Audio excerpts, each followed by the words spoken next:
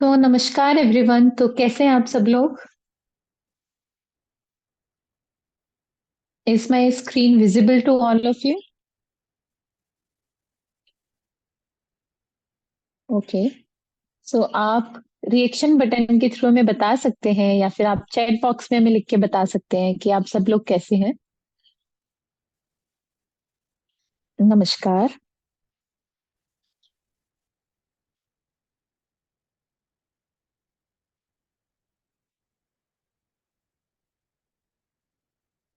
Okay, so I am Himanshi Sharma और मैं आप सबका वेलकम करती हूँ आज के हमारे वेबिनार सेशन में। So every Sunday we come and we conduct webinar to provide values in the society and I am thankful to all of you कि आप सब लोग उस चीज में इक्वली कंट्रीब्यूट कर रहे हो। बिकॉज वी फील कि हमने अगर एक एफर्ट भी पुट किया है और वो किसी एक इंसान तक भी पहुंचा है तो we have done something good. So thank you for always being there. और आज का वेबिनार हम स्टार्ट करते हैं। So Euro International School is the first futuristic school जो कि फोकस करता है न्यू वे ऑफ लर्निंग पे। बिकॉज आज के सेशन से काफी कोरिलेट भी कर रही है हमारी चीज, बिकॉज टाइम बदल रहा है, टाइम के साथ में सारी चीजें बदल रही हैं और उसके साथ में प्रोफेशंस, जॉब प्रोफाइल, ये सब चीजें भी बदल रही हैं। So let's dwell into the futuristic school with us. हमारे स्कूल के मिशन और विजन के बारे में मैं आपको बताना चाहूंगी। We believe that every child is unique. हर एक बच्चा यूनिक होता है। हम, हर एक इंसान यूनिक होता है, राइट? और उस यूनिकनेस को पहचानना, उस यूनिकनेस को स्किल्स को लेके एक पैशन में कन्वर्ट करना, हम यूरो इंटरनेशनल स्कूल की फैमिली बिलीव करती है। हमारा विजन है कि हम बच्चों को प्रिपेयर करें उनके फ्यूचर के लिए, ताकि वो कॉन्शियस डिसीजन ले सके अपनी लाइफ में, इंटेलेक्चुअली वो केपेबल हो, क्रिएटिव माइंडसेट हो और आगे चल के बहुत ही बेहतरीन लीडर्स बने।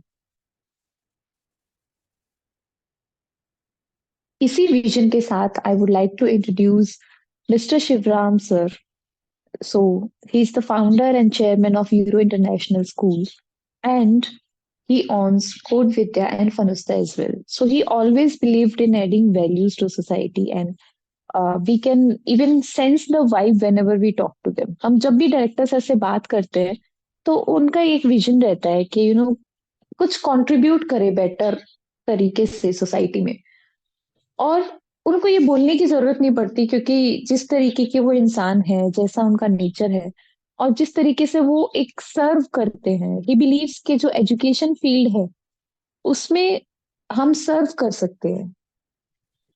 सो उनकी पर्सनैलिटी ही, उनकी वाइब ही हम सबको ये बताने के लिए काफी है कि he is doing a great job and it's been 2 decades that he is in this education field. So today's webinar will be taken by Kiran ma'am and I. तो आज का वेबिनार अगेन किरण मैम और हम होने वाले हैं। So before that, to follow our ritual, we are going to practice a short meditation, and I welcome you all to this webinar session to sit comfortably and close your eyes. हम सब एकदम आराम से बैठेंगे और अपनी आंखें बंद करेंगे। जैसे ही म्यूजिक प्ले होगा हम सिर्फ हमारी ब्रीथिंग पे कंसंट्रेट करेंगे। हमें उसे चेंज नहीं करना है, हमें जस्ट ये देखना है कि हम सांस ले रहे हैं तो क्या हम उसे महसूस कर पा रहे हैं, वो हमारे शरीर में किस तरीके से ट्रैवल कर रहा है। So I would request all of you to close your eyes.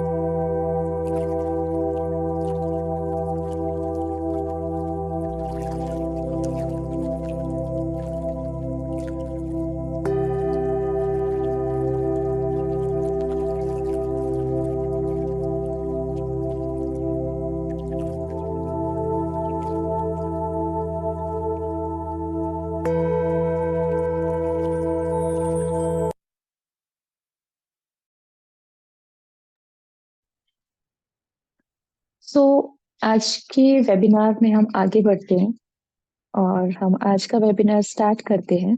उससे पहले मैं आप सबसे एक सवाल पूछना चाहती हूँ और आप इस सवाल का जवाब मुझे चैट बॉक्स में यस और नो के थ्रू बता सकते हैं। तो मेरा सवाल ये है कि क्या आप मेडिटेशन करते टाइम स्ट्रगल करते हैं? दैट मीन्स कि कुछ लोग होते हैं जिनसे बड़ी आसानी से मेडिटेशन हो जाता है, लेकिन वही कुछ लोग होते हैं जो आसानी से मेडिटेट नहीं कर पाते हैं।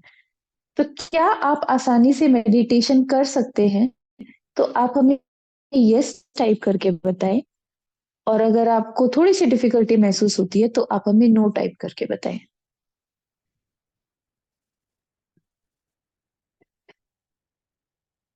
मैं सवाल फिर से दोहराती हूँ कि क्या आप आराम से आसानी से मेडिटेशन कर पाते हैं? अगर आपका आंसर हाँ है तो आप यस टाइप करके बताएं, और अगर किसी को डिफिकल्टी होती है तो आप नो टाइप करके बताएं।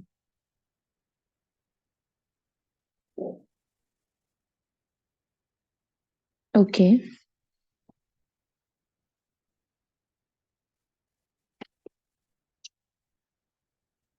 Okay, so thank you so much for answering. अब मैंने ये क्वेश्चन क्यों पूछा है, इसको मैं आगे एक्सप्लेन करूंगी। और हम स्टार्ट करते हैं हमारे आज के वेबिनार सेशन से, जिसका टॉपिक है from dreams to reality, parents role in their child's future. कि भाई जो हमने सपने देखे हैं उन सपनों को साकार जो करना है, उसमें पेरेंट्स भी अपना रोल अदा करते हैं। तो किस तरीके से रोल अदा करते हैं और कहाँ पे हम उसको और बेहतर बना सकते हैं, क्या चीजें हमें करनी है, क्या चीजें हमें नहीं करनी है, उन सब के बारे में आज हम बात करने वाले हैं। तो अगेन मेरा आप सबसे एक और सवाल है कि जब हम करियर की बात कर रहे हैं, है ना, तो करियर तो हमारी जिंदगी में बहुत इंपॉर्टेंट रोल प्ले करता है, राइट? हम सबकी लाइफ में जैसे हेल्थ इंपॉर्टेंस रखती है, वैसे ही करियर भी इंपॉर्टेंट फैक्टर है। तो इसमें मैं आपसे एक क्वेश्चन पूछना चाहूंगी कि हाउ डू यू और your child choose their career? कि भाई आप या फिर आपके बच्चे करियर चूज कैसे करते हैं?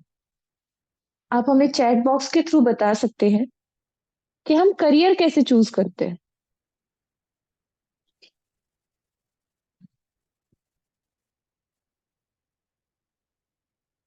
सवाल है कि हम करियर कैसे चूज करते हैं। ओके, एक आंसर आया है बाय हिज और her passion. Anyone would like to answer more?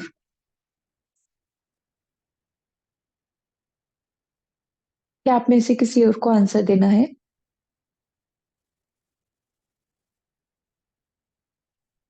Okay, सो हम इसी आंसर को पकड़ते हैं और इसी से आगे बढ़ते हैं कि भाई जो भी हमारा पैशन होता है। Okay, next is according to our dream, हम जो सपने देखते हैं, दैट मीन्स हमारी थॉट प्रोसेस की यहाँ पे बात करी जा रही है। अब मेरा आपसे दूसरा सवाल है कि सपोजिटली आपके बच्चे की पैशन है ड्राइंग, या आपके बच्चे ने एक सपना देखा है कि उसे एक आर्टिस्ट बनना है। तो बी ऑनेस्ट कि आप बहुत जल्दी से इस डिसीजन को एक्सेप्ट कर पाएंगे क्या, कंसिडरिंग ऑल द फैक्टर्स के पैसे कितने कमाए जा सकते हैं, कहाँ पे जॉब होगा, स्कोप कितना है?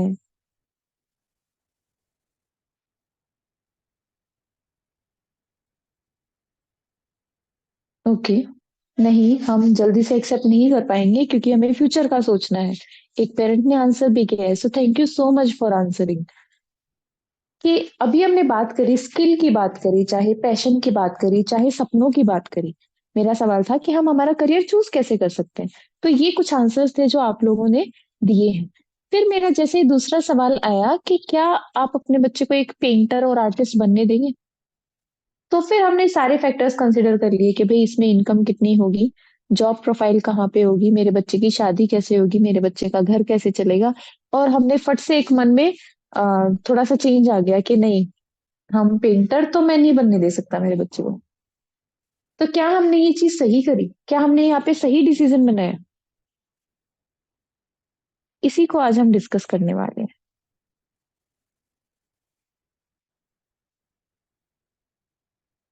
Okay, so I would request to put on the next slide.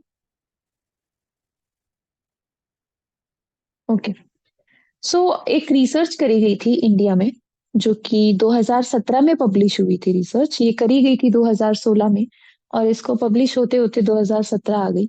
लेकिन इस स्टडी में ये पाया गया कि अगर हमारी पर्सनैलिटी है, हमारा इंटरेस्ट है, वो हमारे करियर फील्ड के साथ में नहीं जा रहा, तो वो हमारे लिए बहुत ही डेंजरस हो सकता है। और डेंजरस होने के साथ में वो हमें डिससेटिस्फेक्शन भी दे सकता है। सो इसमें क्या होता है, यूजली की जो इंडिविजुअल वो डिमोटिवेट हो जाता है, डिससेटिस्फेक्शन उसको फेस करना पड़ता है, उसकी प्रोडक्टिविटी कम हो जाती है, और एंड में करियर फेलियर वाली सिचुएशन उसको फेस करनी पड़ती है। और ये रिसर्च स्टडी किसी और देश की नहीं है, ये रिसर्च स्टडी इंडिया की ही है। So this is the probability जो कि मैं आपको एक रिसर्च के थ्रू बताना चाह रही हूँ कि यूजुअली अपने देश में यही होता है कि हम वो करियर चूज करते हैं जो हमारी पर्सनैलिटी के साथ में अलाइन नहीं करता, हमारे इंटरेस्ट के साथ में अलाइन नहीं करता। और फिर जब हम वो करियर ले लेते हैं तो उसमें हम ठीक से परफॉर्म नहीं कर पाते, हम जो काम कर रहे हैं उसमें खुश नहीं होते। अब मैंने क्वेश्चन पूछा था कि क्या आप मेडिटेशन करने में स्ट्रगल करते हैं। वो मैंने इसलिए पूछा था कि कुछ लोगों का आंसर था नो, और कुछ लोगों का आंसर था यस। तो अगर वो मेडिटेशन करते टाइम अगर उस चीज को एंजॉय करते हैं, ठीक है, तो उन्हें मेडिटेशन करने में प्रॉब्लम नहीं आई। ठीक है, ऑल्दो उनके दिमाग में काफी सारे थॉट्स चले होंगे, इधर उधर की बातें आई होंगी, लेकिन एटलीस्ट वो हैप्पीली उसको कर रहे थे, because they enjoy that process. Same उसी पर्सन से आप क्वेश्चन करके पूछो जिसे मेडिटेशन पसंद नहीं है, उसको कितनी डिफिकल्टी महसूस हुई होगी, उसके दिमाग में कितने थॉट प्रोसेस चले होंगे। तो उसके लिए वो 1 मिनट बैठना भी बहुत मुश्किल हो गया था। वो हैप्पी मोमेंट था किसी के लिए, तो दूसरी तरफ वो किसी के लिए बहुत ही टॉर्चरिंग मोमेंट हो गया था। राइट। सो नाउ इमेजिन कि ये हमारे साथ पूरी जिंदगी में हो रहा है, हमारे करियर में हो रहा है। So is it making you happy? क्या ये आपको खुश कर रहा है? सो मैं पूछना चाहूंगी किरण मैम से कि किरण मैम आपके क्या थॉट है इस पे। नमस्कार एवरीवन। सबसे पहले तो अभी जितनी देर हिमांशु मैम बात कर रहे थे, I was observing lot of parents. तो मैं आप सभी को अप्रिशिएट करूंगी कि आप आज भी, शायद संडे को भी कुछ लोग हैं जो अभी काम पे गए हुए हैं, किसी के शॉप पे हैं, फिर भी वो 1 घंटा निकाल रहे हैं अपने बच्चों के बेहतर भविष्य के लिए। तो मैं आप सभी को बहुत अप्रिशिएट करती हूँ कि आप एक स्टेप ले रहे हैं अपने बच्चों के लिए। जैसे कि आज हम बात करें करियर की, हिमांशु मैम ने बताया कि करियर कितना इम्पोर्टेंट होता है सबकी लाइफ में। हम सब चाहते हैं कि हमारे बच्चे सक्सेसफुल हो, हम सब चाहते हैं कि वो फाइनेंशियली स्टेबल हो, और वो अपनी जिंदगी को बहुत अच्छे से, इवन हमसे कहीं बेहतर अच्छे से जी सके। अब आपसे एक सवाल पूछा था कि आप जनरली कैसे चूज करते हो कि आपका बच्चा किस करियर को चूज करे, या फिर आप अपने बच्चे के लिए अगर हेल्प कर रहे हो उसकी, तो क्या बेस क्या होता है उसके करियर को चूज करने का। आप सभी ने बहुत सारे आंसर्स दिए, उसके इंटरेस्ट पे, उसके ड्रीम्स के ऊपर हम चूज करते हैं। लेकिन एक छोटा सा सवाल इससे जुड़ा हुआ मेरा आपसे है कि क्या आपने कभी ऐसा सोचा हो, या फिर आपके पेरेंट्स ने आपके साथ ऐसा किया हो, या फिर क्या ये थॉट नहीं आता कि हम बच्चे के 10th ग्रेड के मार्क्स, 12th ग्रेड के मार्क्स, इसके बेस पे हम उसका करियर चूज करते हैं। अगर आपको लगता है कि ये एक बेसिक ट्रेडिशनल तरीका है बच्चे के करियर को चूज करने का। तो आप चैट बॉक्स में आप मुझे ये बताइए कि क्या ऐसा होता है या नहीं होता, कि हम कहीं ना कहीं बच्चे के 10th ग्रेड के और 12th ग्रेड के जो नंबर हैं, उसके जो मार्क्स हैं, उनको कंसिडर करते हैं। क्या हम करते हैं या नहीं करते? एक बार आप चैट बॉक्स में लिख के थोड़ा सा आंसर दीजिए, ताकि हम आपको समझ पाए कि आप किस तरीके से चीजों को समझते हैं, और उसके अकॉर्डिंग हम आपसे बात कर पाए। ठीक है।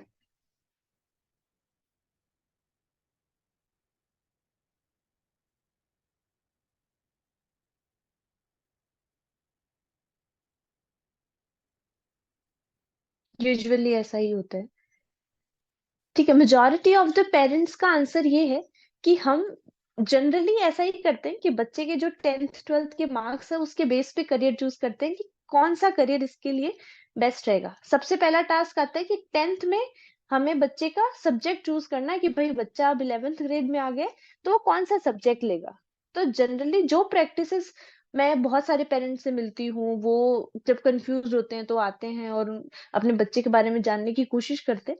तो उससे पहले, काउंसलिंग से पहले, उनका यही थॉट रहता है कि 10th में इसके जो मार्क्स आएंगे, अगर मैथ्स में अच्छे आ जाते हैं तो इसको मैथ्स दिला देंगे, नहीं तो अगर थोड़ा बहुत रहता है तो बायो दिला देंगे। अगर फिर भी नहीं हुआ तो ठीक है, फिर अगर एकदम ही कोई ऐसा बच्चा हो जो एकदम बहुत ही वीक हो पढ़ाई में, एकेडमिक्स में, तब वो कंसिडर करते हैं कि ह्यूमैनिटीज दिला देते हैं। ये आज भी होता है, पहले तो होता ही था काफी ज्यादा प्रैक्टिसेस, लेकिन आज भी ऐसा ही होता है कि हम मार्क्स के बेस पे ये कंसिडर करते हैं कि बच्चे को कौन सा सब्जेक्ट दिलाना है। लेकिन एक बार सोच के देखिए, मार्क्स तो हो सकता है कि कई बार पेपर इजी आ गया हो सकता है कई बार पेपर ही डिफिकल्ट आ गया हो। बहुत सारे फैक्टर्स है जो इन्फ्लुएंस कर सकते हैं उसके मार्क्स को।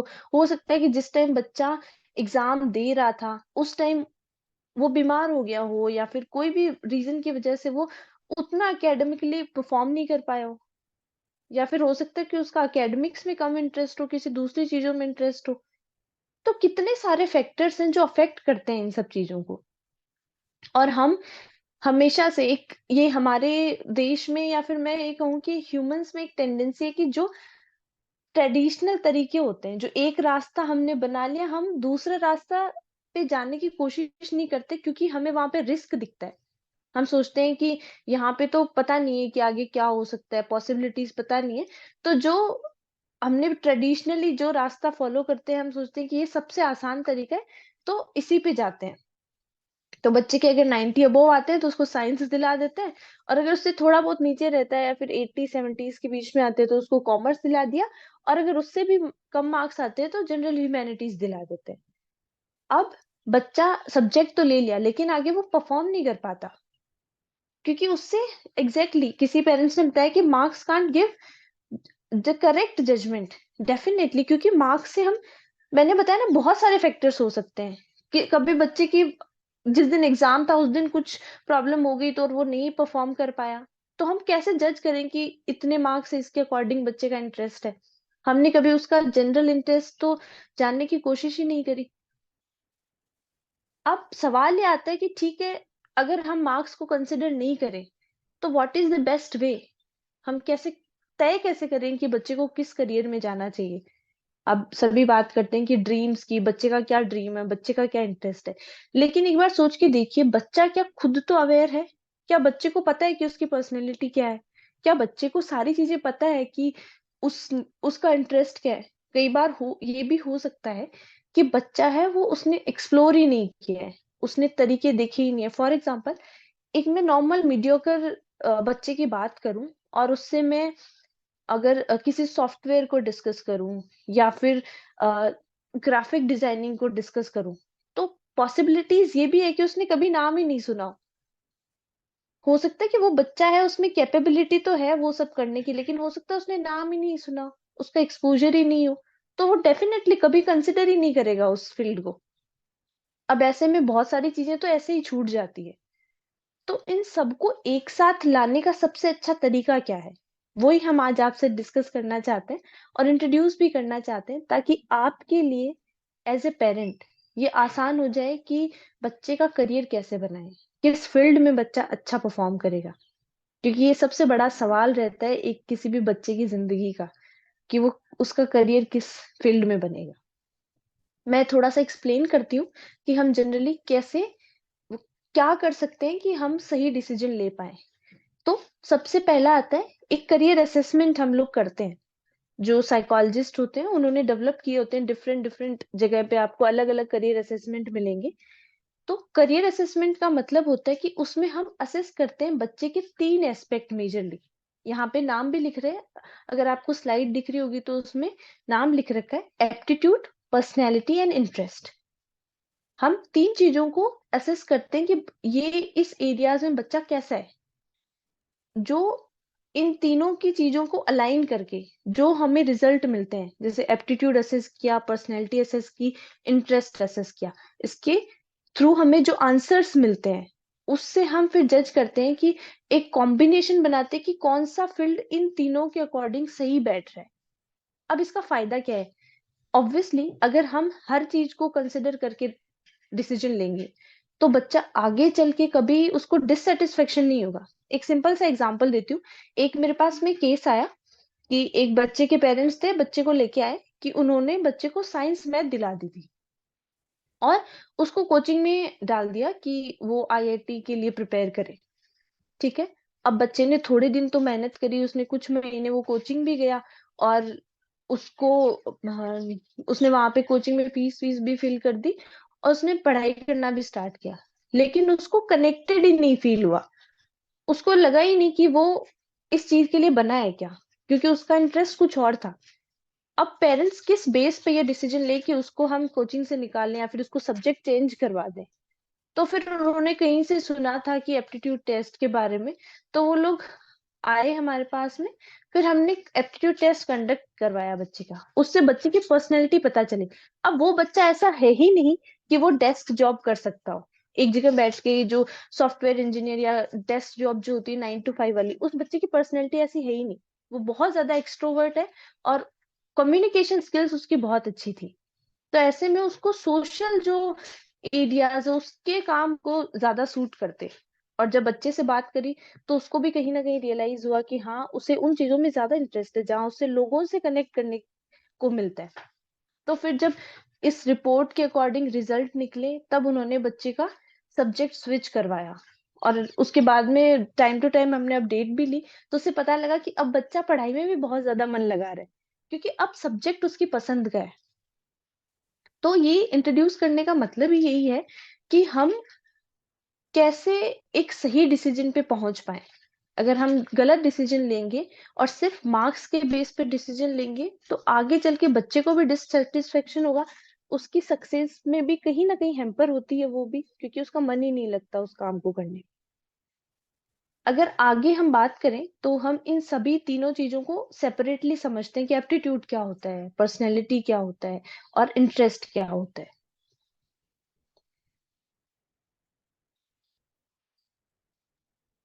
तो हम सबसे सबसे पहले, हाँ, it's okay, okay, you want continue to please. go ahead? It's okay, you can ना ना, it's continue, no worries. I was Okay. Just introducing कि ये जो 3 चीजें हमारे हम जिसके बारे में इंट्रोड्यूस कर रहे हैं, एप्टीट्यूड, पर्सनैलिटी और इंटरेस्ट, ये आप अपने बारे में भी समझने की कोशिश करो। जब हम फर्स्ट हैंड से समझने की कोशिश करेंगे तो शायद आप अपने बच्चे को भी और ज्यादा अच्छे से समझ पाएंगे। Exactly. Thank you so much, Kiran ma'am. So, सबसे पहले हम एप्टीट्यूड की बात करेंगे, राइट? पर हम एप्टीट्यूड की बात क्यों करें और ये होता क्या है? तो एप्टीट्यूड हम सबके अंदर कोई ना कोई स्किल सीखने का अलग अलग पोटेंशियल प्रेजेंट होता है। That means enduring ability of an individual to acquire any skill.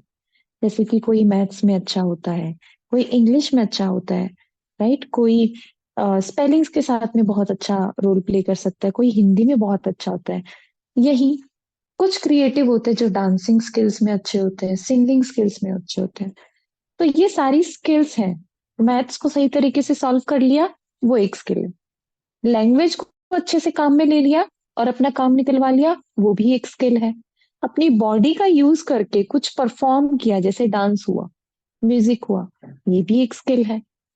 तो दैट मीन्स कि जो भी हमें जॉब प्रोफाइल देखने को मिलेगी वो इन स्किल्स के थ्रू हमें मिलेगी। ये चीज तो हमें क्लियर हो गई।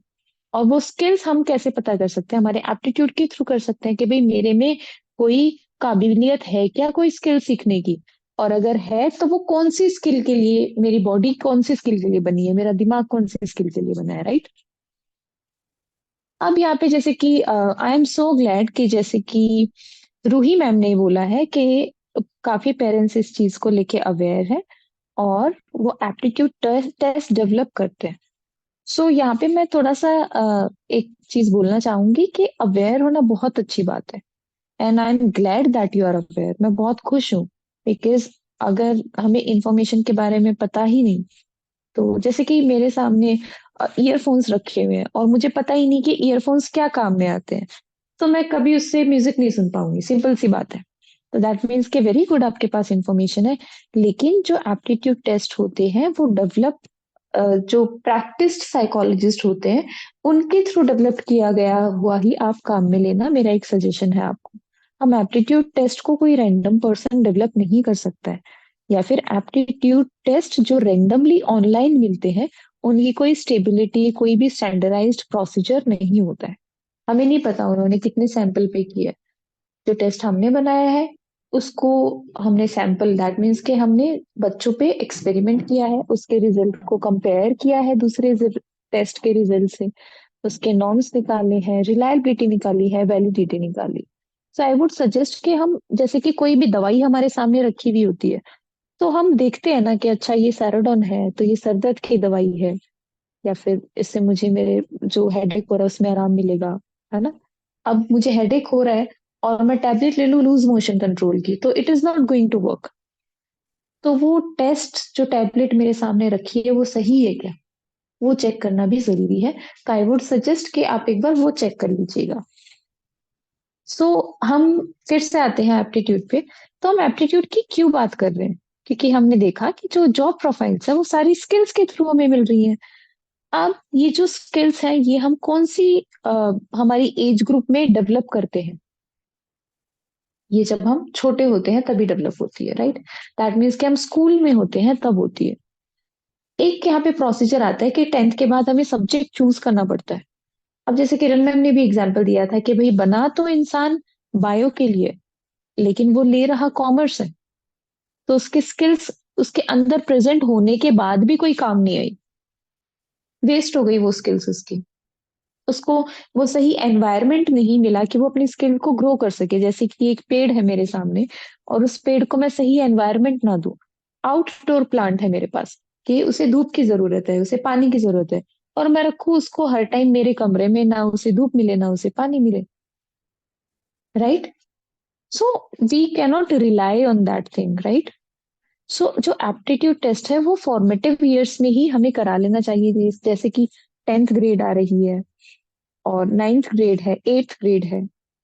सो जो एप्टीट्यूड टेस्ट है उसमें जो अपन चीजें असेस करते हैं वो अलग अलग रीजनिंग स्किल्स हैं। जैसे मैकेनिकल रीजनिंग, तो मैकेनिकल रीजनिंग में वो लोग आते हैं जो अपने शरीर का उपयोग लेके किसी भी काम को बेहतर कर सकते हैं। जैसे कि मैकेनिक्स हो गए, इलेक्ट्रीशियन हो गए, डांसर हो गए, परफॉर्मिंग आर्ट्स वाले हो गए, राइट? कि उन्होंने अपना बॉडी का काम भी लिया, उन्हें टूल्स के साथ में काम करना पसंद है। तो इसमें अलग अलग वेराइटीज आ जाती है।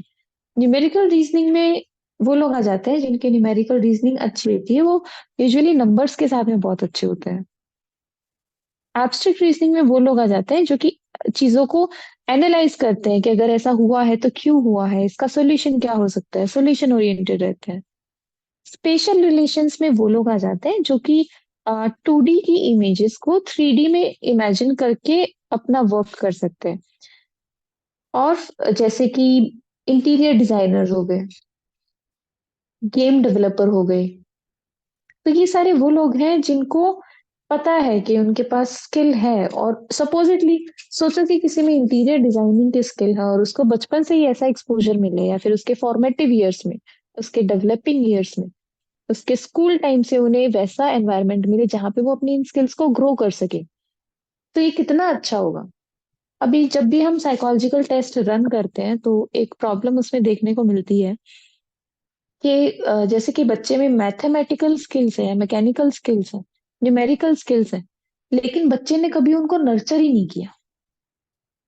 उन स्किल्स पे उसने कभी काम ही नहीं किया।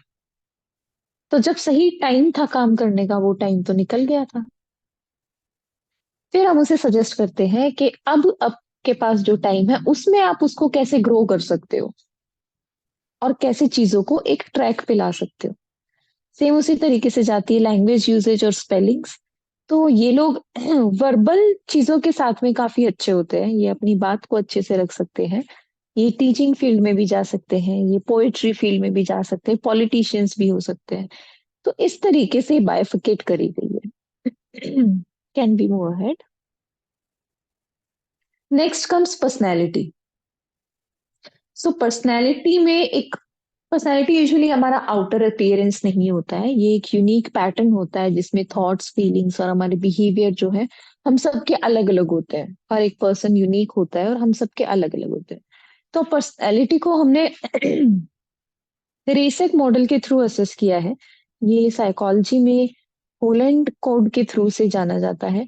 तो इसमें मैं बताती हूँ क्या चीजें हैं।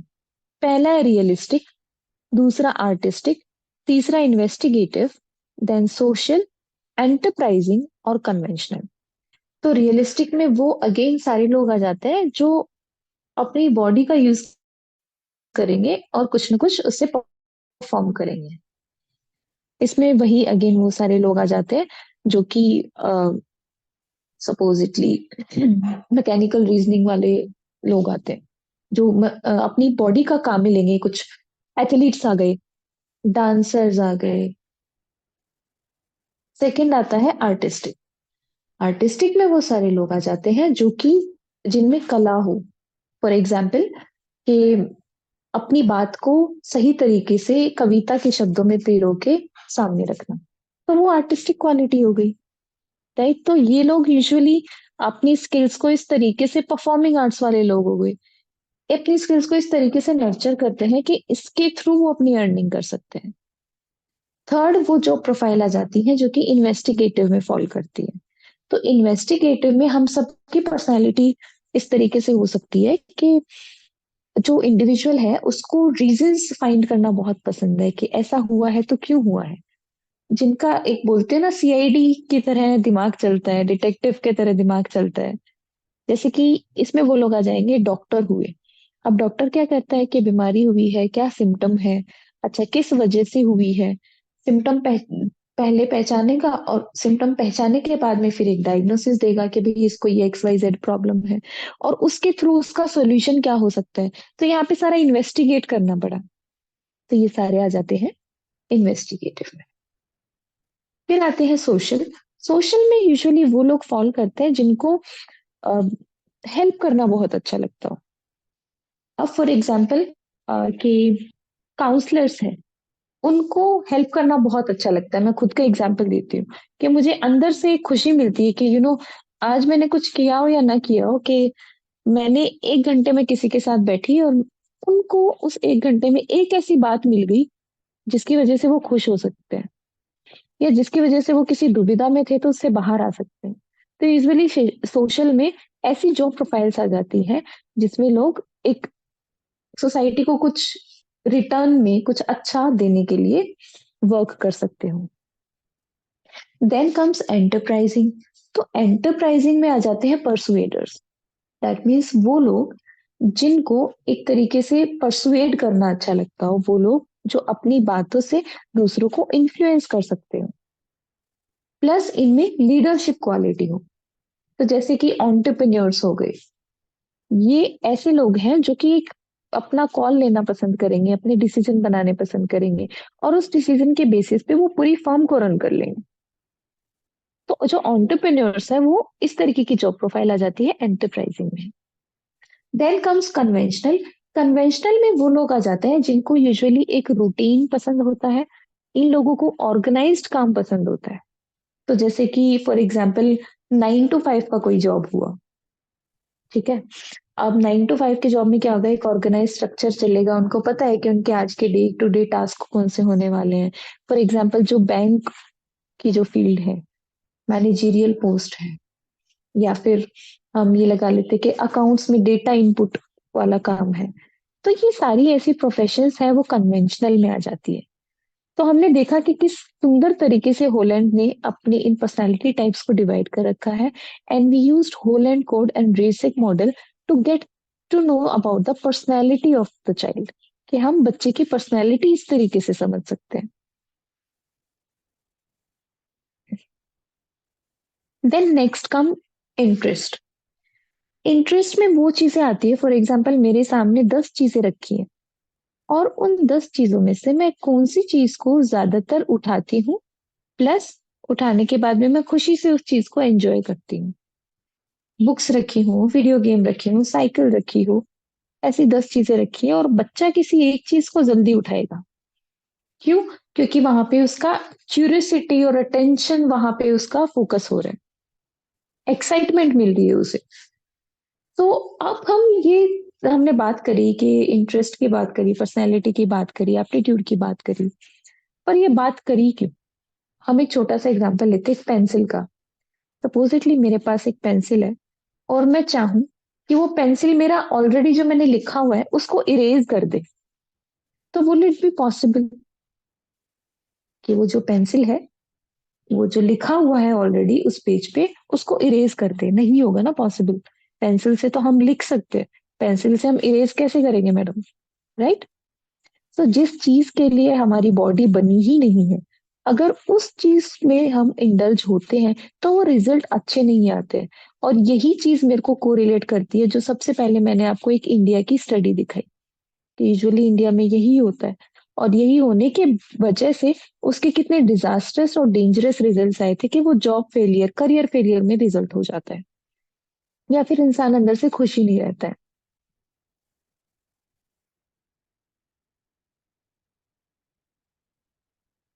ओके, सो एक आंसर मैं पहले रिप्लाई करना चाहूंगी। रूही राम जी ने लिखा है कि I respect your answer, but while we regularly watch our kids, then it's like it is easy. Okay, so शायद यहाँ पे ये कहना चाह रहे हैं कि भाई हम बच्चे के साथ में सारे टाइम पे रहते हैं, और उसके बेसिस पे हमें उनको, बच्चों को हम ऑब्जर्व करते हैं और हम पता लगा सकते हैं। तो Kiran ma'am, would you like to answer this question? Sure ma'am. Actually यहाँ पे हम बात कर रहे हैं कि ठीक है, डेफिनेटली हम ये बोलते हैं कि हम ही तो बच्चों ने हमने ही तो बच्चों को पैदा किया है, हम उनके साथ में हमेशा रहते हैं, तो हमसे बेहतर तो कौन ही जान सकता है। बट क्योंकि हम ये भी समझते हैं कि बच्चा हर दिन चेंज होता है, बच्चा है वो ग्रो कर रहा है, डेवलपमेंटल स्टेजेस से निकल रहा है, तो उसके इंटरेस्ट जो, मान लो बच्चा 4 साल का है, तब उसको जिन चीजों में इंटरेस्ट होगा, हो सकता है कि जब वो 6 साल का हो तो उसके इंटरेस्ट चेंज हो जाए। अब यहाँ पे हम क्या कर रहे हैं, वेग चल रहे हैं। वेग चलने का मतलब है कि हमारे पास कोई ठोस सबूत नहीं है, हमने सिर्फ ऑब्जर्व किया है बच्चे को कि हाँ इसका शायद ना इस चीज में इंटरेस्ट होगा, और वो कुछ कुछ लिमिटेड फैक्टर्स ही हम ऑब्जर्व कर सकते हैं। अब उन फैक्टर्स के बेस पे हम बोलते हैं कि हाँ इसका तो मैथ्स में इंटरेस्ट होगा, और ये तो आर्टिस्टिक है, ये स्केचेस बनाना पसंद करता है। ठीक है। अब यहाँ पे हमारे पास कोई वैलिड आंसर नहीं है, हमारे पास कोई ठोस सबूत नहीं है या फिर एविडेंस नहीं है कि हम जिसके बेस पे डिसीजन ले सके। आपको कुछ ना कुछ साइंटिफिक, जैसे आप मान लीजिए कि हम दवाई लेते हैं, आपको पता है कि आपको बुखार है, आपको लग रहा है कि हाँ मेरा जो टेम्परेचर है वो 100 अबोव है और मेरे को ये सिम्टम है, लेकिन क्या आप सीधा ही दवाई ले लोगे? आप डेफिनेटली डॉक्टर से कंसल्ट तो करोगे कि हो सकता है कुछ और हो सकता है मैं आइडेंटिफाई नहीं कर पा रहा हूँ। बहुत बार ऐसा होता है, जैसे एक छोटा सा एग्जांपल लेते हैं, कोविड के टाइम पे हम लोगों ने देखा था कि कोविड के जो सिम्टम थे वो बिल्कुल जनरल जो हमारी सर्दी जुकाम होती है उसके सिम्टम से काफी ज्यादा मैच करते हैं, कि उसी में भी सर दर्द हो रहा है, थोड़ा जुकाम जैसा फील हो रहा है, फीवर हो रहा है। ठीक है। और बहुत सारे लोगों को तो ये लगा भी था कि हाँ मुझे भी कोविड हो गया, क्योंकि वहां पे हमारे पास, लेकिन हम डिक्लेयर कैसे करें? इवन हम एज ए साइकोलॉजिस्ट जब प्रैक्टिस करते हैं, हमें अगर किसी भी बच्चे में कोई भी डिसऑर्डर या कोई प्रॉब्लम आइडेंटिफाई होती है, तब भी हम डिक्लेयर नहीं करते, तब भी हम डिसीजन नहीं लेते कि हाँ इसको ये प्रॉब्लम है, विदाउट उसका साइंटिफिक टेस्ट कंडक्ट करवाए हुए। हम उसको रेफर करते हैं, हम उसके ऊपर टेस्ट कंडक्ट करते हैं कि पर्टिकुलर, जैसे मान लो मेरे पास दो ऑप्शन है कि क्या बच्चे को स्ट्रेस है, डिप्रेशन है, कोई सा बाइपोलर या कोई पर्सनैलिटी डिसऑर्डर है, तो मैं क्या करूंगी, इन सारे से रिलेटेड जो टेस्ट हैं, जो साइंटिफिक डेवलप किए गए टेस्ट हैं, वो कंडक्ट करवाऊंगी, ताकि मेरे पास एक ठोस सबूत हो, और बाद में कभी मुझे रिग्रेट ना हो कि मैंने बिना सिर्फ एक कुछ लिमिटेड इंफॉर्मेशन के ऊपर डिसीजन लिया था। यहाँ पे भी ऐसा ही है कि हम बच्चे को ऑब्जर्व करते हैं, हम बच्चे के बारे में जानते हैं, लेकिन उस डिसीजन को लेने से पहले हमारे पास कोई ठोस सबूत हो, इसीलिए हम प्रिफर करते हैं, या फिर हम आपको सजेस्ट भी करते हैं कि एप्टीट्यूड टेस्ट करवाना चाहिए, ताकि हमारे पास एक साइंटिफिक रिजल्ट हो कि हाँ, इस बेस पे हमने ये करवाया है। अब हम बात करते हैं कि ये जो एप्टीट्यूड टेस्ट होता है, वो उसका प्रोसेस क्या है। यहाँ पे दो सेक्शंस में डिवाइड किया हुआ है, क्योंकि जो 6 to 10th ग्रेड के बच्चे होते हैं वो ऑलरेडी एक एक्सटेंट तक डेवलप हो चुके हैं, और जो 1st to 5th ग्रेड के बच्चे, वो बहुत ही ऐसे, हम जो बोलते हैं ना, बच्चे कच्ची मिट्टी की तरह होते हैं, उनको जिस सांचे में ढालोगे उसी में ढल जाएंगे। तो यहाँ पे हम थोड़ा सा ज्यादा काम करना पड़ता है बच्चों पे, जो 1st to 5th ग्रेड के बच्चे होते हैं उनके ऊपर, क्योंकि जैसे हम कंपेयर करते हैं कि उन्हें सांचे ढूंढने पड़ते हैं उनके लिए, कि ये किस सांचे में फिट होगा, इसको किस तरह ढाला जाए, इसको क्या चीजें सिखाई जाए। तो सबसे पहले हम बात करें एप्टीट्यूड टेस्ट की।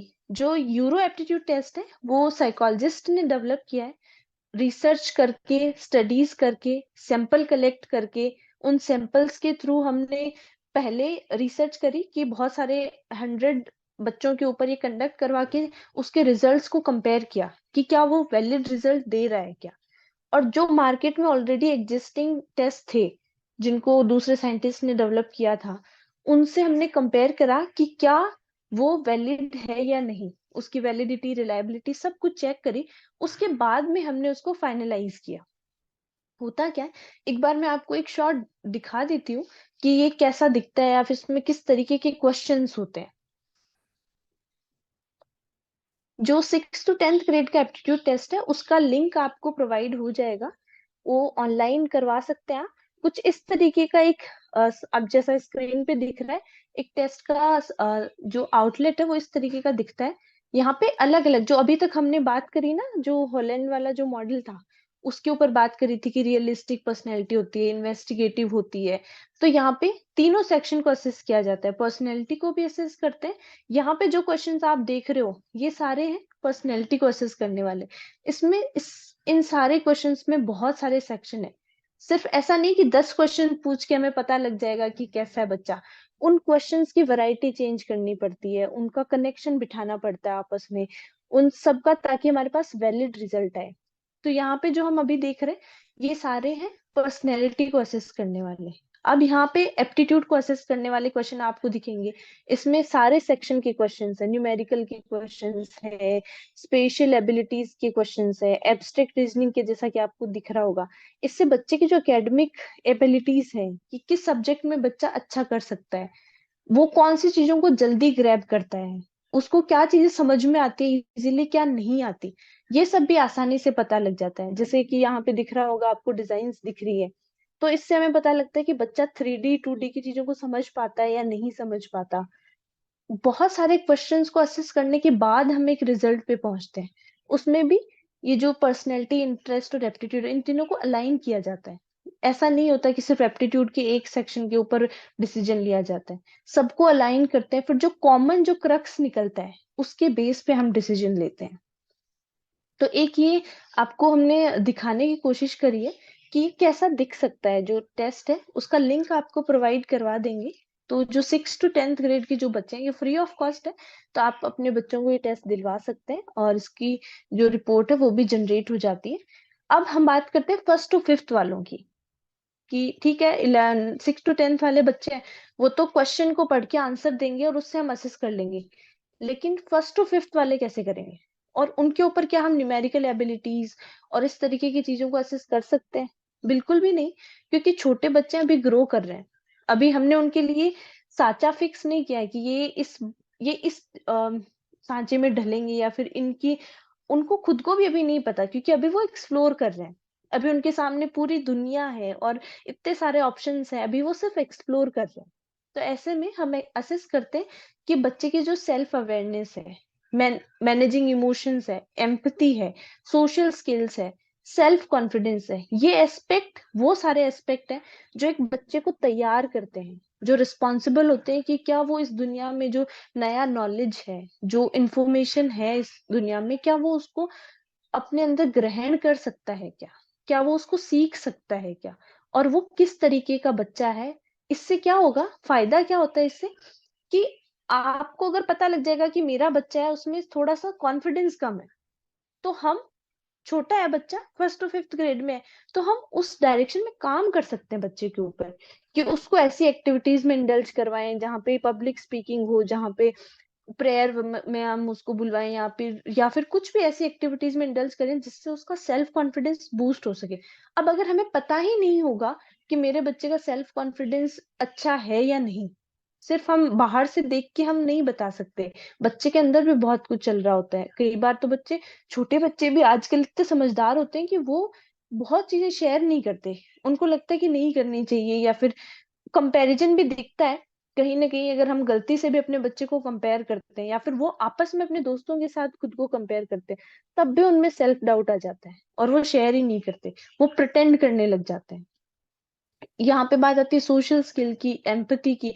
तो अगर हम इन सारी चीजों को असेस करेंगे अपने बच्चे के लिए, तो हम उसको सही डायरेक्शन में काम कर पाएंगे, कि हमें किस दिशा में काम करना है अपने बच्चे के लिए, ताकि वो तैयार हो जाए जब वो 6 to 12 वाली एज में आए, तब वो तैयार हो जाए इस चीज के लिए, कि वो एक सही डिसीजन ले सके। तो हम बोलते हैं ना कि जो सक्सेस होती है वो एक दिन में डिसाइड नहीं होती, और जो करियर है वो भी एक दिन में डिसाइड नहीं होता। ये एक प्रोसेस है, जो अगर हम बचपन से ही बच्चे के ऊपर काम करेंगे तो थोड़ा आसान हो जाएगा, बच्चे के लिए और हमारे लिए, सभी के लिए।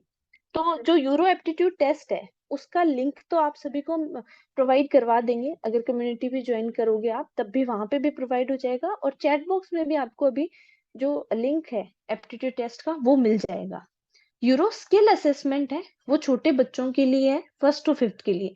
ये ऑफलाइन होता है, और ये होने वाला है 24th तक, जो 24th of February है, तब तक ओपन है ये।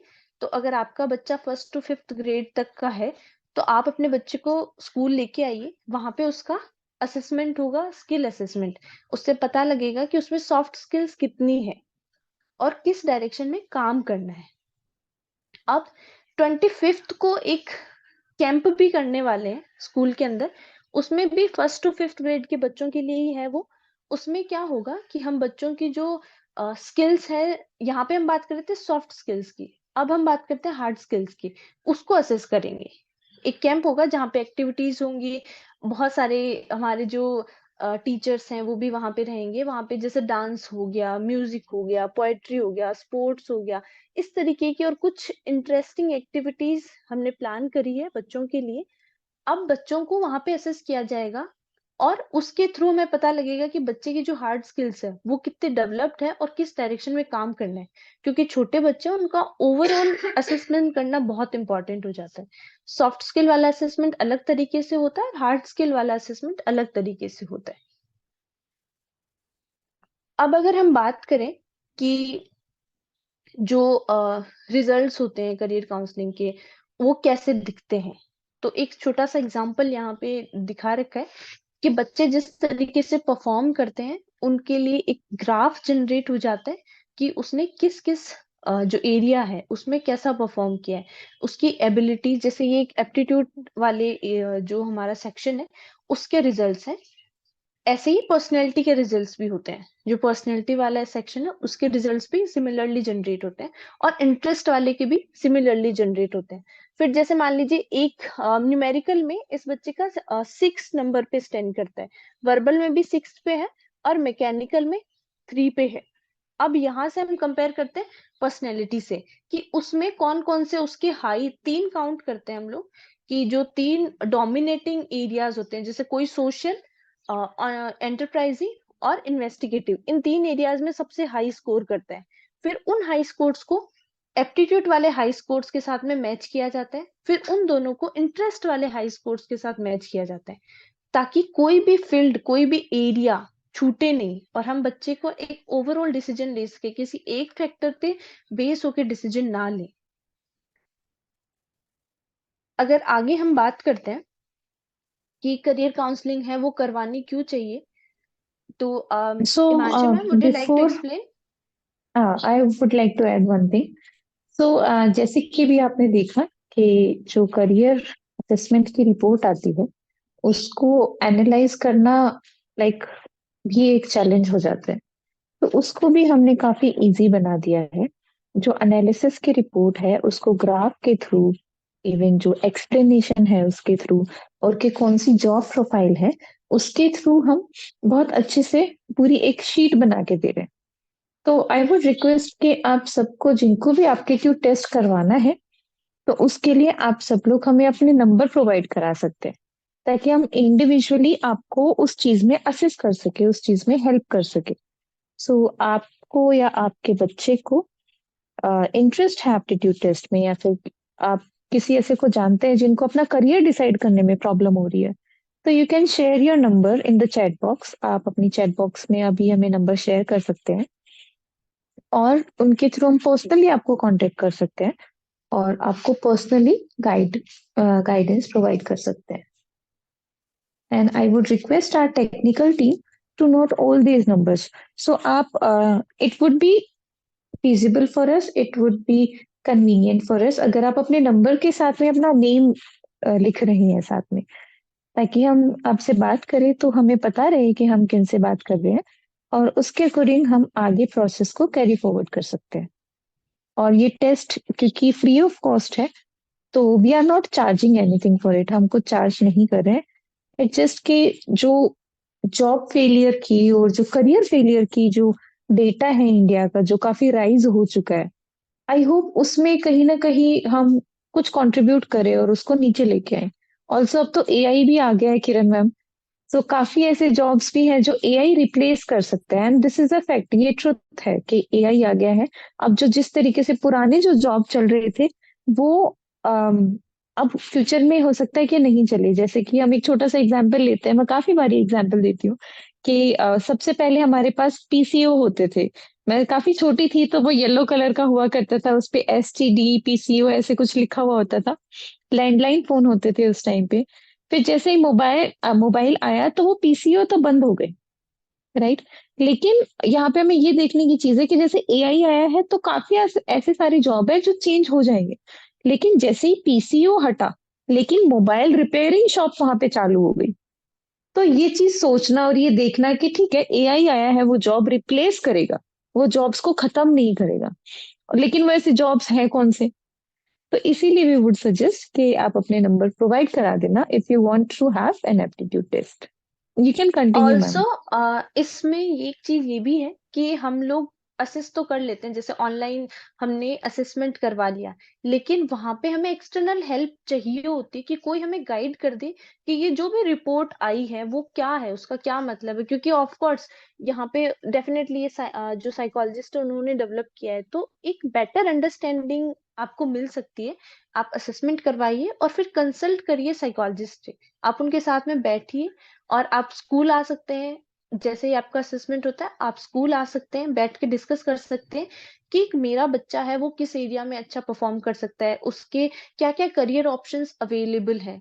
उसकी पूरी जो जनरेट हुई है रिपोर्ट, वो हम आपके साथ में बैठ के डिस्कस कर सकते हैं। और इसका भी हम कोई चार्ज नहीं कर रहे। ये एक जो हिमांशु मैम ने अभी बात करी थी कि हमें जो लोग इस फील्ड को चूज करते हैं, साइकोलॉजिस्ट, काउंसलर्स, तो they want to contribute to the society, ताकि बेटर हमारी जो सोसाइटी, हम एज ए कम्युनिटी काफी अच्छा परफॉर्म कर पाए।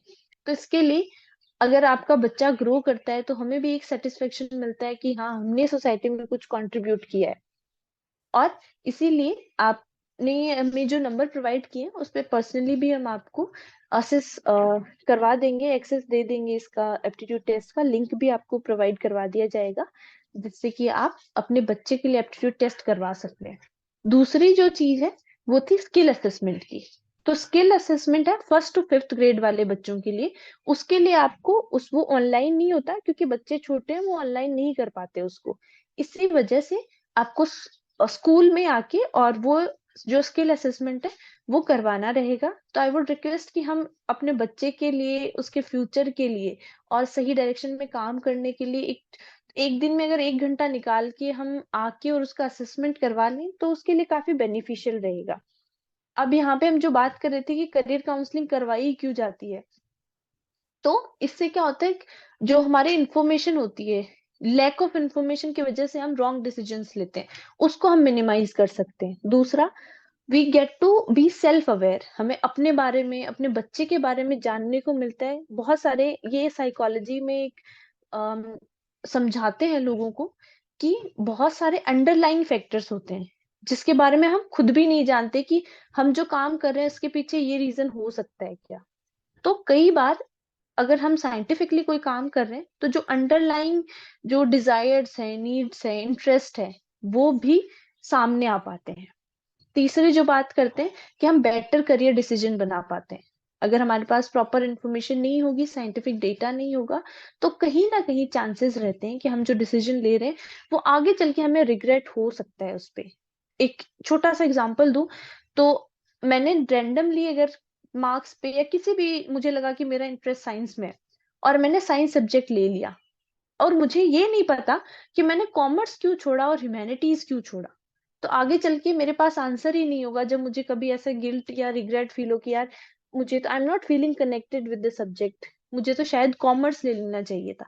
बट बहुत सारे, मैंने ये देखा है कि 60% बच्चों के दिमाग में थॉट आता है कि मुझे ये नहीं, ये सब्जेक्ट ले लेना चाहिए था। वो इसीलिए आता है लैक ऑफ इंफॉर्मेशन की वजह से, क्योंकि उनको ये नहीं पता है कि उन्होंने जो दूसरा सब्जेक्ट छोड़ा है वो क्यों छोड़ा है। अगर आपके पास इस चीज का आंसर नहीं है तो डेफिनेटली कहीं ना कहीं आपको कभी क्वेश्चन आ सकता है खुद को लेके कि यार मेरे को वो सब्जेक्ट ले लेना चाहिए था।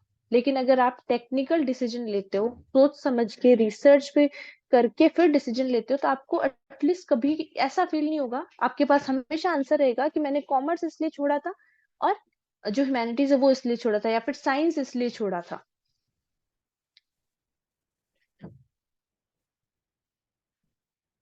तो आज हमने इसके बारे में बात करी है, करियर के बारे में, क्योंकि करियर एक अपने आप में बहुत बड़ा एस्पेक्ट है और उसको, उसके लिए हमें आपका पूरा सपोर्ट चाहिए कि आप अपने बच्चे के लिए भी थोड़ा सा इनिशिएटिव लें, और हम आपके साथ में कि हम मिलके काम कर सकते हैं बच्चे के ऊपर।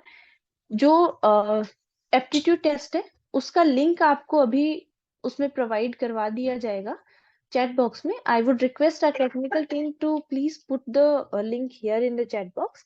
आप उस लिंक को कॉपी कर सकते हैं और उसको अपने बच्चे से टेस्ट वो कंडक्ट करवा सकते हैं।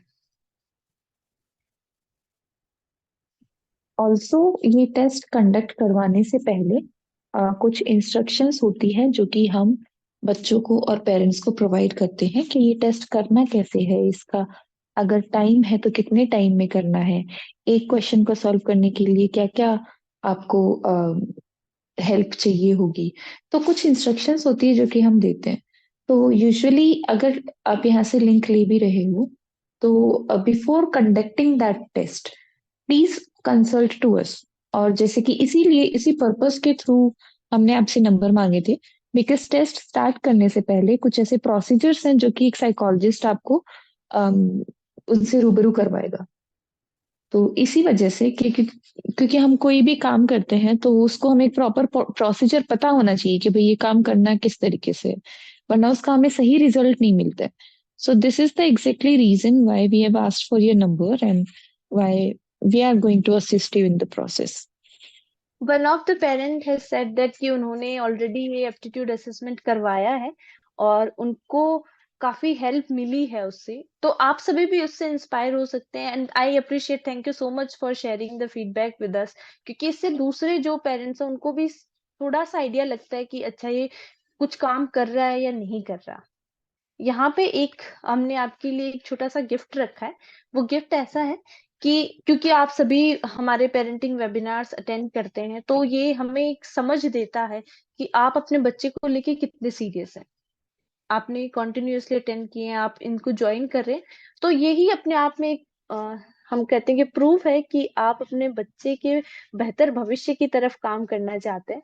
तो उसी को अप्रिशिएट करने के लिए यहाँ पे जो यूरो इंटरनेशनल स्कूल है वो 10% डिस्काउंट आपको दे रहा है कि अगर आप यहाँ पे एडमिशन लेते हैं तो आपको फीस में 10% डिस्काउंट आपको दिया जाएगा। और ये थोड़ा सा स्पेसिफिक है कि 10% डिस्काउंट भी उन लोगों के लिए जो अर्ली, जो फर्स्ट 100 एडमिशन है उनके लिए।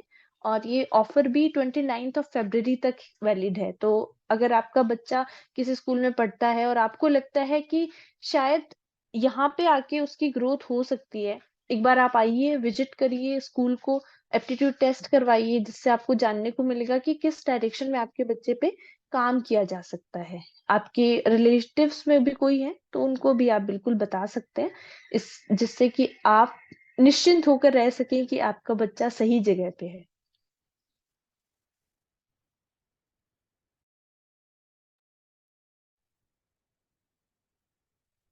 अगर आपका कोई सवाल है तो आप चैट बॉक्स में हमें लिख के बता सकते हैं, जैसा कि हम जनरली करते हैं। अगर आपको अभी कोई सवाल नहीं आ रहा है तो आप हमारी कम्युनिटी ज्वाइन कर लीजिए, जिसका लिंक भी हम आपको प्रोवाइड करवा देंगे अभी साथ में ही। तो वहां पे आप वो सवाल अपने बता सकते हैं या भेज सकते हैं, कोई भी क्वेरी हो, कुछ भी आपको जानना हो तो वो आप हमें बता सकते हैं। बहुत सारे पेरेंट्स ने अपने जो नंबर वगैरह हैं वो ड्रॉप कर दिए हैं, तो आई वुड रिक्वेस्ट कि जो टेक्निकल टीम है वो उनको नोट करे। और आप बिल्कुल भी निश्चिंत रहिए, हम आपके लिए हमेशा वहाँ प्रेजेंट है। और अगर आपको कोई भी हेल्प चाहिए तो उसके लिए आप कांटेक्ट कर सकते हैं।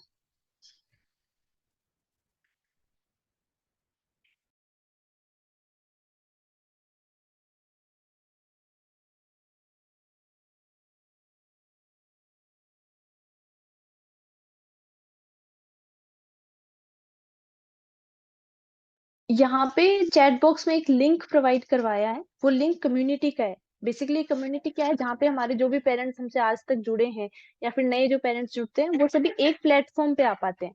और वहां पे आपको सारी, जैसे जो भी वेबिनार होता है उससे रिलेटेड कंटेंट, जैसे पीपीटी हो गया, कोई पीडीएफ है, कोई आर्टिकल है जो हमें लगता है कि आपके काम आ सकता है, और किसी भी तरीके का लिंक है, वो सभी प्रोवाइड करते हैं। साथ ही अगले जो वेबिनार होने वाले हैं उनका लिंक, उससे रिलेटेड इंफॉर्मेशन, वो सभी आपको वहां पे इजीली अवेलेबल होती है। तो आप सभी इस लिंक पे जाके, और या फिर जो स्क्रीन पे आपको अभी हम प्रोवाइड करवा देते हैं, एक क्यूआर कोड है, उसको स्कैन करके भी आप ज्वाइन कर सकते हैं।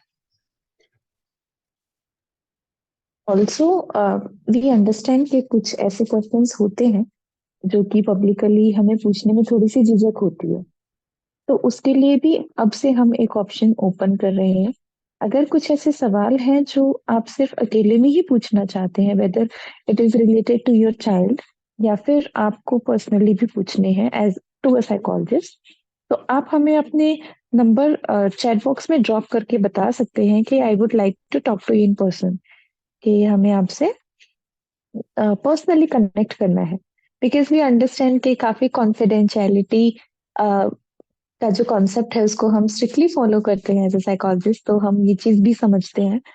So if you want to ask anything for your child, so just from now onwards के अब से हम क्या करेंगे कि हम अपने नंबर डाल देंगे चैट बॉक्स में, और जैसे ही आपके नंबर आएंगे तो हम समझ जाएंगे कि आपको पर्सनल असिस्टेंस की नीड है।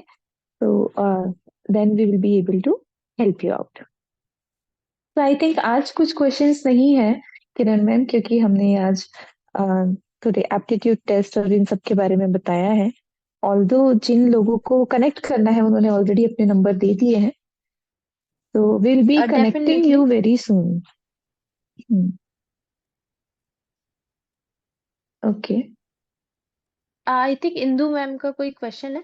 Indu ma'am, I would request कि आप, जो आपकी, क्योंकि आपको कोचिंग से रिलेटेड क्वेश्चन है, तो पर्सनली एक बार अपन कनेक्ट कर लेंगे। आप अपने नंबर है, कांटेक्ट नंबर, वो यहाँ ड्रॉप कर दीजिए, ताकि हम आपके साथ पर्सनली कनेक्ट करके आपसे बात कर पाएंगे।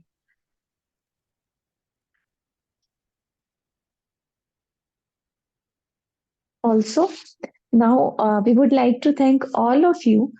Thank you parents for being here. आप हमारा जो क्यूआर कोड है उसको स्कैन करके, या जो चैट बॉक्स में लिंक प्रोवाइड किया गया है उसके थ्रू भी आप हमारी कम्युनिटी ज्वाइन कर सकते हैं, ताकि हम आपसे एक स्टेप और करीब हो जाएं कनेक्ट करने के लिए और आप सबको हेल्प कर पाए। एक चीज मैं यहाँ पे बहुत शेयर करना चाहती हूँ कि लास्ट टाइम मैंने और किरण मैम ने एक रिक्वेस्ट करी थी। वो रिक्वेस्ट ये थी कि जैसे ही ये मीटिंग एंड होगी उसके बाद में आपके पास एक फॉर्म ओपन होगा जिसमें आप हमें अपने रिव्यूज दे सकते हैं। तो वी आर वेरी ग्लैड कि आप लोगों ने उस बात का इतना मान रखा। और जैसे ही वो फॉर्म आया आप लोगों ने बहुत अच्छे अच्छे कमेंट्स किए और सजेशंस भी दिए जो कि हम आगे फॉलो भी करने वाले हैं। So today also both of us request you कि जैसे ही ये मीटिंग खत्म होगी आपके सामने एक फॉर्म ओपन होगा, एक सर्वे फॉर्म, एक रिव्यू फॉर्म ओपन होगा। तो कृपया करके आज भी आप वो फॉर्म भरना। उससे हमें भी एक सोर्स ऑफ मोटिवेशन मिलता है कि चलो हम कुछ अच्छा तो कर रहे हैं। और दूसरी चीज ये कि हमें इम्प्रूवमेंट के एरियाज पता चलते हैं कि अभी प्रॉब्लम क्या फेस कर रहे हैं पेरेंट्स, और हम उसका किस तरीके से सोल्यूशन दे सकते हैं, है ना किरण मैम? व्हाट वुड यू से? बिल्कुल, क्योंकि हमारा जो मोटिव है वो यही है कि हम साथ मिलके एक टीम की तरह सीखें, कुछ हम आपसे सीखें, कुछ आप हमसे सीखें। हमारा यही मोटिव है कि हम साथ रहकर चले, और वो कम्युनिटी का कॉन्सेप्ट भी यहीं से आता है कि हम सब एक है। एक पेरेंट का क्वेश्चन है मोबाइल एडिक्शन को लेके। मैम, हमने मोबाइल एडिक्शन पे का एक वेबिनार ऑलरेडी किया है, और उसकी वीडियो यूट्यूब पे है, आपको मिल जाएगी। तो अगर आपने एग्जैक्टली। कम्युनिटी ज्वाइन कर रखी है तो हम आपको एक बार फिर से कम्युनिटी में लिंक है वो दोबारा ड्रॉप कर देंगे। फ्रेश लिंक अभी आपको ड्रॉप कर देंगे। और अगर आपने नहीं कर रखा है तो आई वुड रिक्वेस्ट कि आप कम्युनिटी ज्वाइन कर लीजिए, ताकि हम आपको असिस्ट कर सके, आगे हम आपकी हेल्प कर सके। और जो लिंक है वो चैट बॉक्स में भी प्रोवाइड कर दिया है फिर से। तो आप कम्युनिटी उस लिंक को क्लिक करके भी ज्वाइन कर सकते हैं। So I guess that is it for today. Thank you so much everyone। हम आप हमेशा की तरह हमारे साथ जुड़े हैं, और आगे भी हम जुड़ते रहेंगे, अलग अलग टॉपिक के ऊपर बात करेंगे और एक दूसरे से सीखते रहेंगे। Thank you so much parents. Have a great day. Take care.